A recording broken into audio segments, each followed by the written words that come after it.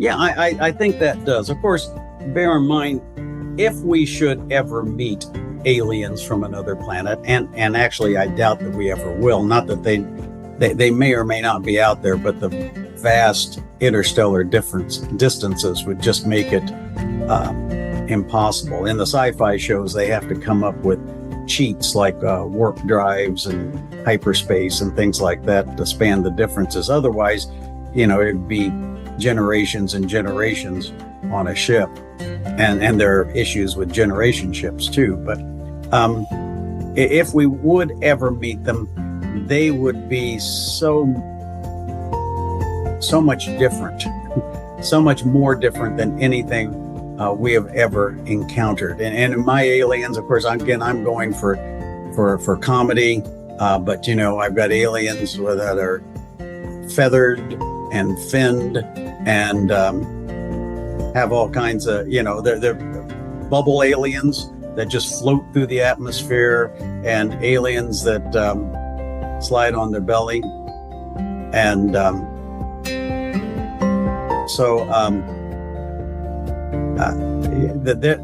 they would be very, very different. Everyone, welcome back to Living the Next Chapter. I have a great author on the podcast, and a lot of what he writes about ties directly to my heritage and my ancestry, which makes me really curious, and I'm excited to have him on the show. Gary Randolph is on the podcast. He's got many, many books, and if you love aliens, if you love Scotland, if you love anything Celtic, this is the guy you need to get his books and buy all of them, because you're going to be entertained. You're going to have a great smile on your face as you read, but also you're going to get a little taste of history at the same time. It's all wrapped up into one, and I love that, Gary. Welcome to Living the Next Chapter. Thanks, Dave. I'm excited to be here and just hang out for a little while and chat with you. It's great. Tell everybody where you are, Gary, in this big world of ours. I am in the United States and Indiana. So that's one of the Midwestern states, and in a medium-sized city called Anderson, which is not too far from Indianapolis. Beautiful. Now, what is your passion and love for everything Celtic? Because I see a lot of what you write has that leaning. Where does that interest come for you? It's interesting that started for me as a child. I can still picture the scene going upstairs in my parents' house as a kid into what we called the junk room, which a lot of families have some kind of a junk room where different things are stored. And I came across a black 3-ring binder with mimeograph pages inside that purported to tell the genealogy of my mother's family. Her maiden name was McCart, an Irish name. And this genealogy traced the family back to a legendary high king of Ireland named Cormac MacArt, who lived in the 200s, 300s AD. And even as a kid, I was a little skeptical that they could do that.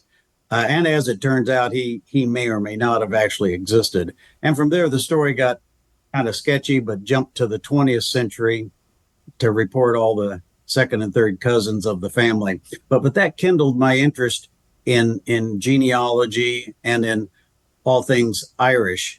And when my wife and I got married and couldn't afford real vacations, we visited libraries and courthouses instead and traced the family back. I have a lot of Irish on my mother's side and even more Scottish on my father's side. And then later on, when we got to travel to Ireland and Scotland, we made a point to drive around those ancestral areas where we knew they existed. And so I liked reading about Irish and Scottish history. And for a number of years, I hosted big fall parties at my house when the leaves turned. That celebrated Irish and Scottish culture. We'd play Scottish Highland games and eat Irish stew, and we'd have a ceilidh, which is an Irish and a Scottish word that just means a house party with stories and songs and things like that. And that's got me started in storytelling. And then when I had grandkids in grade school, I offered to take those songs and stories to their classrooms for St. Patrick's Day, and then that led into doing other storytelling gigs around. Um, I do some things with growing up on the farm in Indiana, uh, some American history, Irish and Scottish legends and history, and I don't do too many gigs a year. I focus mainly on my writing, but it's always fun to get out and connect uh, with a group. And when I get a chance to do it, I love to do it and do stories orally as well as in a written form. Nice. Now, the whole thing about being a storyteller, Gary, when did becoming a storyteller become important to you? Was it when you were younger, more as an adult? Because telling stories, telling a good story and a connective story with people, with listeners, and through writing, that takes a lot of work to learn how to do that properly. So I'm interested in how you got kind of hooked up with storytelling. It does take a lot of work to do it properly, because on the one hand, you need to really know the material you want to communicate. You don't want to be standing in front of a group with a lot of ums and stammering around. On the other hand, you can't let it come off totally polished, or you can't let it come off like a video.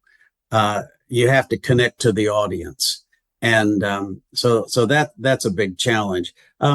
I don't know when it started. I was just thinking about that this morning in for a dedication for my next book.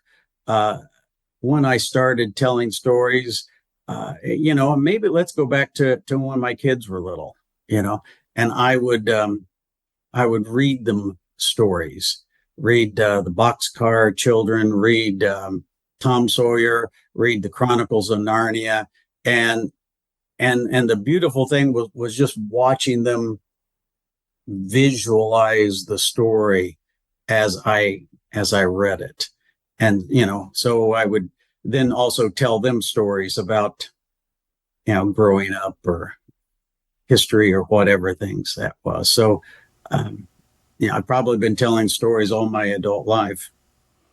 Is there anything specific that you do as you write to make sure that you are telling a story that puts people in the place where they can put themselves into the story and they feel like they're a part of what you're saying? As you mentioned for the kids, they felt like they were part of it.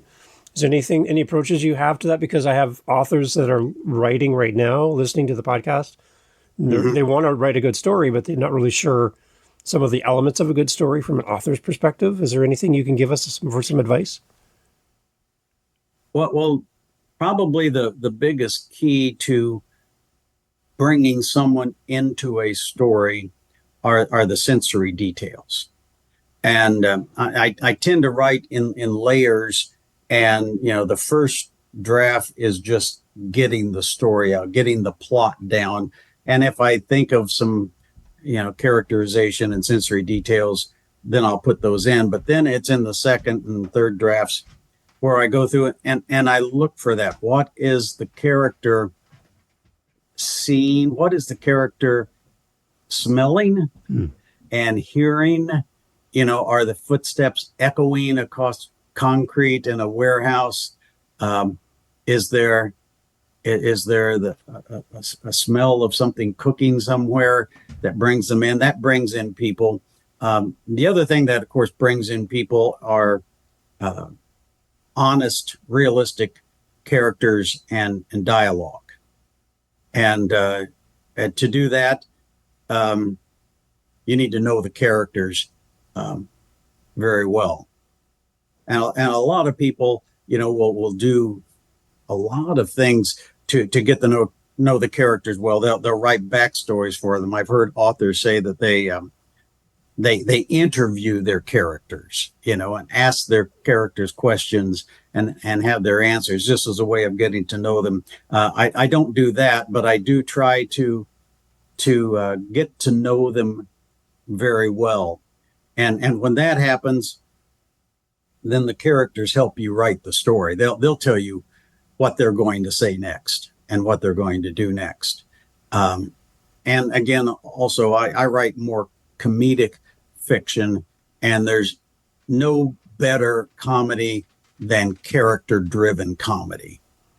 Because when you have defined a character and your reader knows what that character is like, then when the character tells you, okay, this is what I'm going to say, and I write down that's what they say, and the reader comes along and say, of course, that's what they would say. Mm-hmm.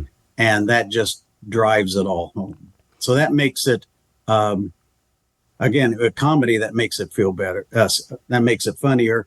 But in terms of just realistic storytelling, that's what has the ring of truth to it.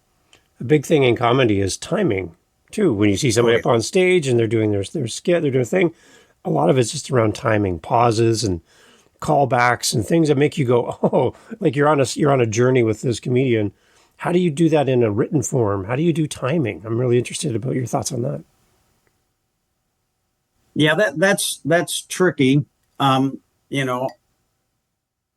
tend to write with a lot of em dashes and ellipses, and maybe too much. Certainly, if I was writing a script, I wouldn't put that in because you would leave that to the actor's interpretation. Mm-hmm. But I'm trying to communicate not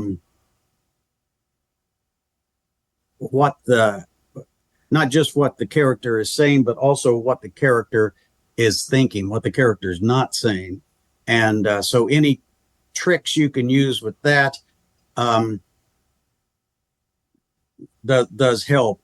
In terms of timing, you can also, there's the timing you were talking about acting a comedic part, but there's also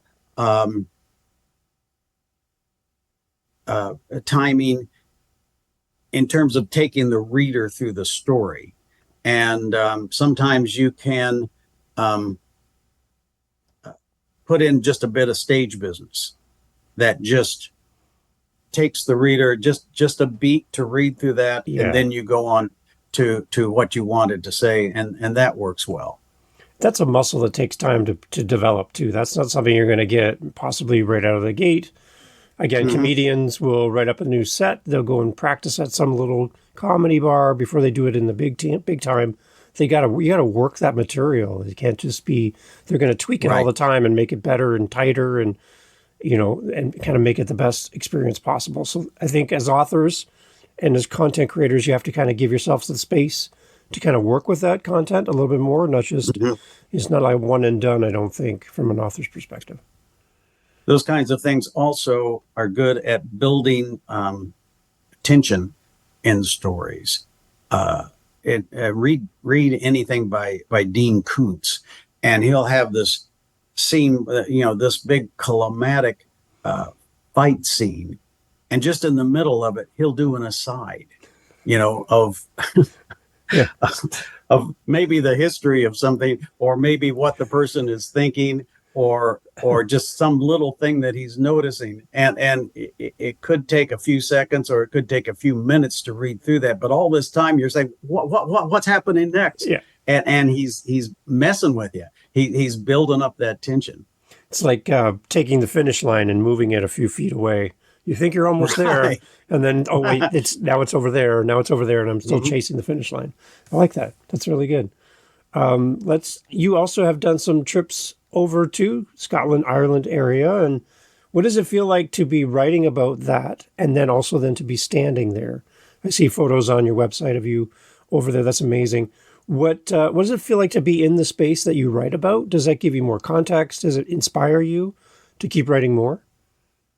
Well, now I have one book that's stories of Ireland and Scotland. Yep. Most of my other books are set in outer space.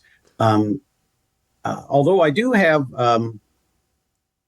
in one of my Pelham and Blanding's books a character who speaks with a Scottish accent, and of course Pelham and Blanding's are based on P.G. Wodehouse's characters, Jeeves and Wooster.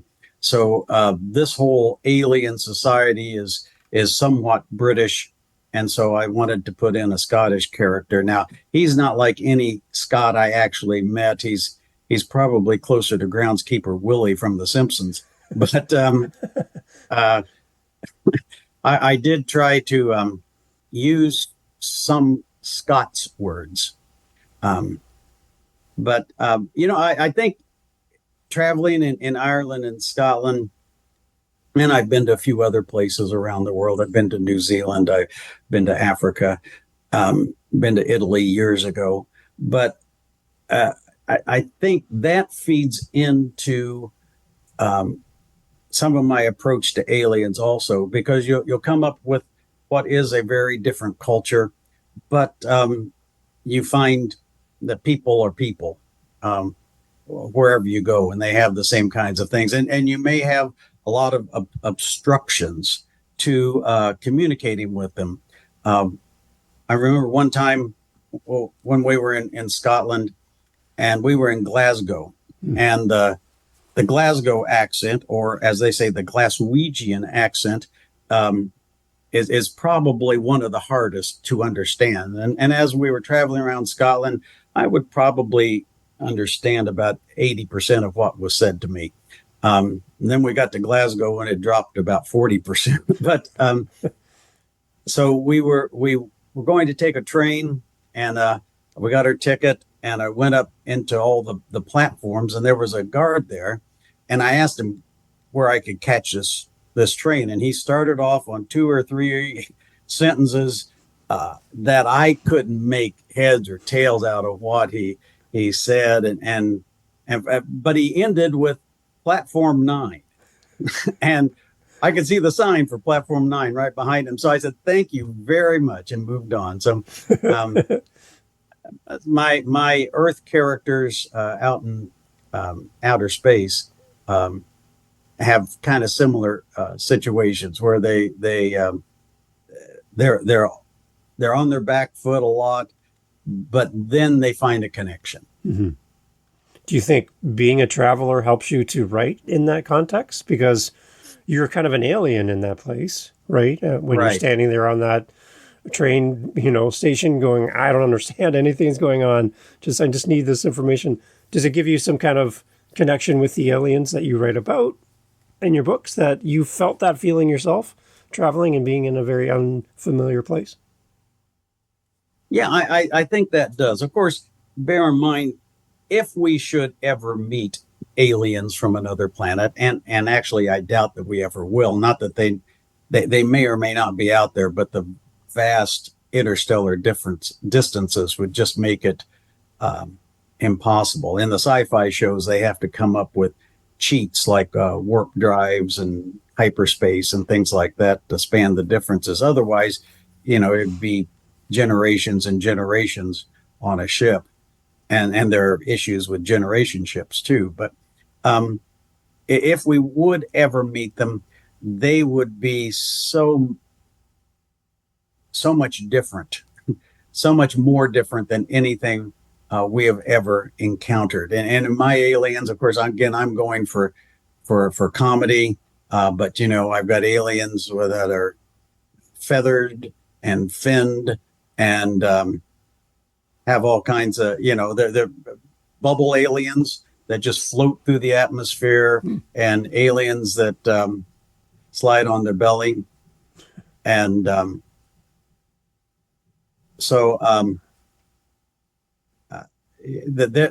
they would be very, very different. So for your when you create your characters for your Alien series of your books, I'm interested in how you come up with a character development for them. Like you can create any type of character you want. There's really no rules there. Your imagination's your guide for that. So what is your kind of parameters for creating your alien characters for your novels? Right. Yeah, and in the Star Trek universe, they had a lot of aliens, and they were mainly with different noses and bumps on their head and stuff like that, because they had to work within the constraints of makeup, first in the 1960s and then in the 90s. and in the Star Wars universe, they got a little wilder, but that was again a lot of prosthetics. In a book, uh, you can do anything you want to, as long as there's a way to communicate. Now, in my situations, again, I write more comedic sci-fi. So when I create someone, um, I want it to be someone that will who their differences will make things funny.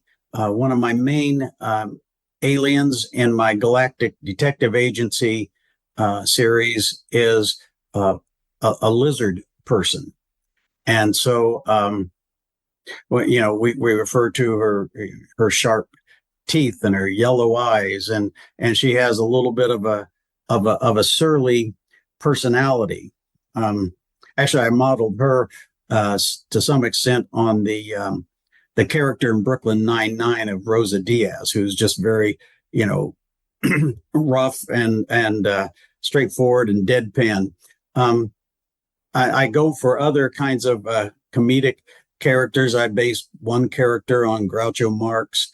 Of course, in my Pelham and Blandings series, as I mentioned, that's based on the Jeeves and Wooster characters from P.G. Wodehouse. I have in the Galactic Detective Agency series, two other members of the detective team are little yellow birds. Actually, don't call them little yellow birds because they don't like to be called birds at all. But they're an alien species called Avanians. And for their voice, I use kind of like, New Jersey wise guys. But they don't like you messing with them. Yeah. And they're a little rough. And even though they're very small, boy, if they come after you with talons and beaks, you're going to know it. Mm-hmm. So, I just try to mix things up. On the book I'm working on now, which is Galactic Detective Agency, and they are in a diner out on a dwarf planet, and the two aliens who work in the diner, who are what we would call little green men, they speak with kind of a Minnesotan accent, So, oh, you butt, that's that, what you may be familiar with in Ontario. Yeah.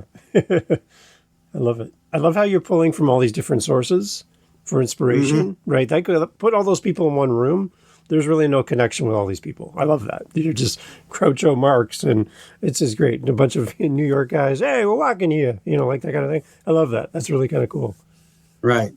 Yeah, that's when you can have a scene with 3 or 4 of them together, just all coming from their own perspective. That can be challenging to write, but it can be an awful lot of fun. Love it. So let's talk about your newest book that's out and you're working on and all that. Tell everybody about that, and what can the readers find? Maybe, is this a good book to start with, or should we be reading something before this? Are they standalones? I'm really curious about your newest project. Yeah, the new book is called The Code of the Totleys. It's the 3rd book in the series of Pelham and Blandings, Space Aliens, or Jeeves and Wooster reimagined as Space Aliens. Because of that, there's not because of it being based on Jeeves and Wooster, there's not an overarching character arc or plot arc that's going on in the book. So you could start at that one. The other 2 books in the series, the first one is called Viva Lost Vogus, which is an alien planet that they've set up a casino and a situation that's reminiscent of Las Vegas. I find that out in these alien worlds, they have a certain fascination with Earth culture, possibly because Earth is quarantined from the rest of the galaxy, which is why we don't know about all these space aliens. they don't want us rubbing off on them. But that makes Earth kind of a forbidden planet, and so they're interested in that. So this one planet is set up very much based on Las Vegas. The second book in the series is called The Importance of Being Pelham. The title, of course, comes from Oscar Wilde's classic Importance of Being Earnest, which is a play about false identities, and that plays into a lot in that book. And then this third book, the new one that I just released this week, is called The Code of the Totleys. I think there was a Jeeves and Wooster book called the Code of the Woosters, and Bertie Wooster was always talking about what it meant to be a Wooster, and then the code that they had to follow. And then in this case, my protagonist, Pelham G. Totley, he has a code that he will help anyone in need, and he finds a little creature who is in need, and he tries to help this creature get back to its home planet and its mate, and has a lot of problems along the way. I see some comments and reviews on your website about this book, and there's a mention of a leg lamp. Can you fill us in on this? Again, these alien worlds tend to be fascinated with Earth culture, and one of them is one of the characters in the book is trying to obtain a leg lamp that has gotten transported off Earth. The galaxy, the rest of the galaxy, has contracted with the Greys. You're familiar with Grey aliens. Greys monitor is it's some sort of a religious artifact because it's associated with a certain Earth holiday, and people put it in their windows, presumably to light the way for pilgrims passing by. So Pelham's not so sure about that because it kind of the leg lamp kind of stirs feelings in him that he doesn't quite associate with religious fervor. I love it. Well, that movie with the leg lamp was actually filmed in my city where I live, about 5 minutes from my house. And so, yeah, that's like that's a really important movie for us here in my city. And in that movie, too, they have the whole thing where his tongue was stuck to the pole. And the movie was filmed in the summer, not even in the winter. So they stuck a vacuum up the pipe, right? Sucked his tongue to the pipe. So nobody was harmed in the filming of that movie. But yeah, so it's pretty cool. I drive by there every day and I can see all the scenes in one spot. It's amazing. So I love the leg lamp. You got me with that. So I love that. There you go. That's great. Well, that's the book with the leg lamp. That's good. What does it mean for you to hear back from your readers, Gary? What does that feel like as an author to have these comments and reviews, things they love, encouragement for you as an author? How important is that for you? I want others listening to leave great reviews for our authors. I want them to hear what it means to you to hear those reviews. Yeah, that's more important than the money. The money isn't fantastic, but I'm essentially retired and I don't have to do things for money anymore. And so writing is what I want to do. It's something I've wanted to do since I was a kid. And I had opportunities to do it earlier in my career and turned away from it so I could make more money doing other things. Of course, I've always been writing something. We had a software company and I wrote the computer manuals for that. I was a professor for several years and I had to write academic papers and I contributed into textbooks.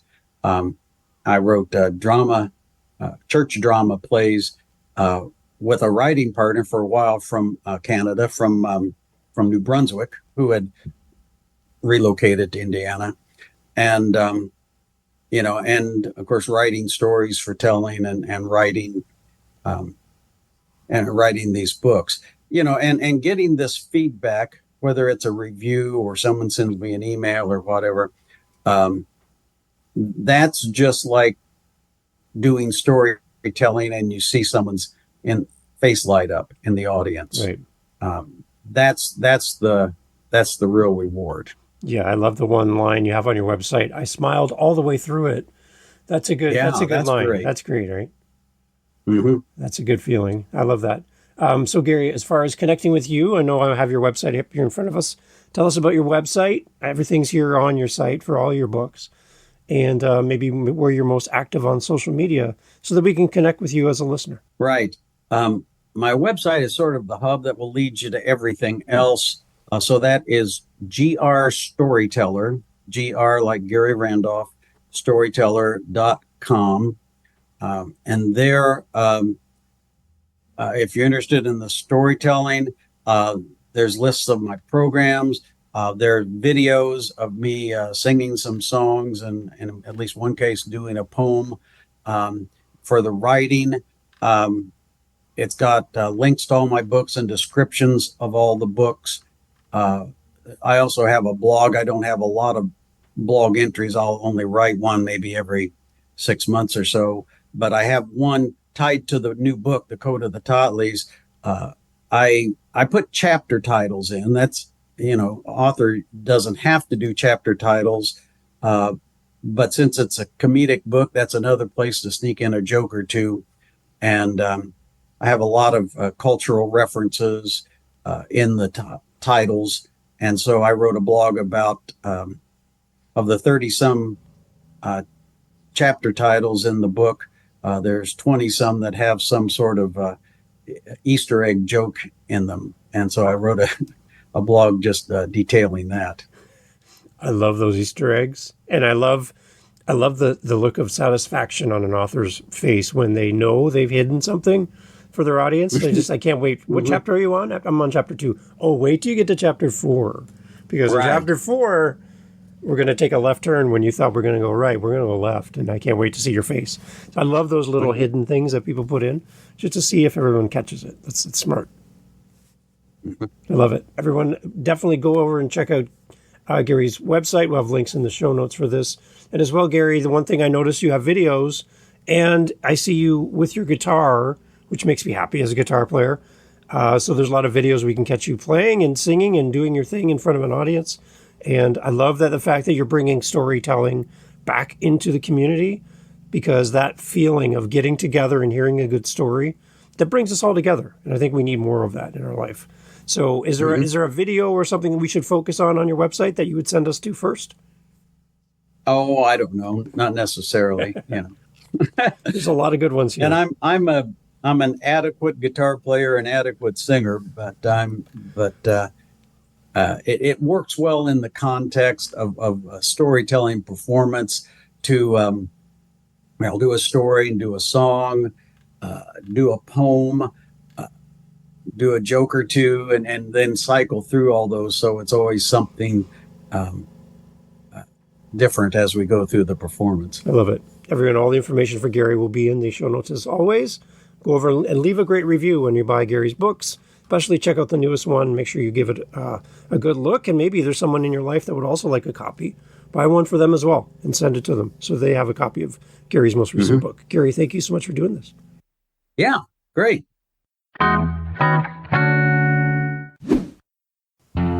Hey, thanks for listening to Living the Next Chapter. I'm glad you stayed all the way to the end. You're my new bestie.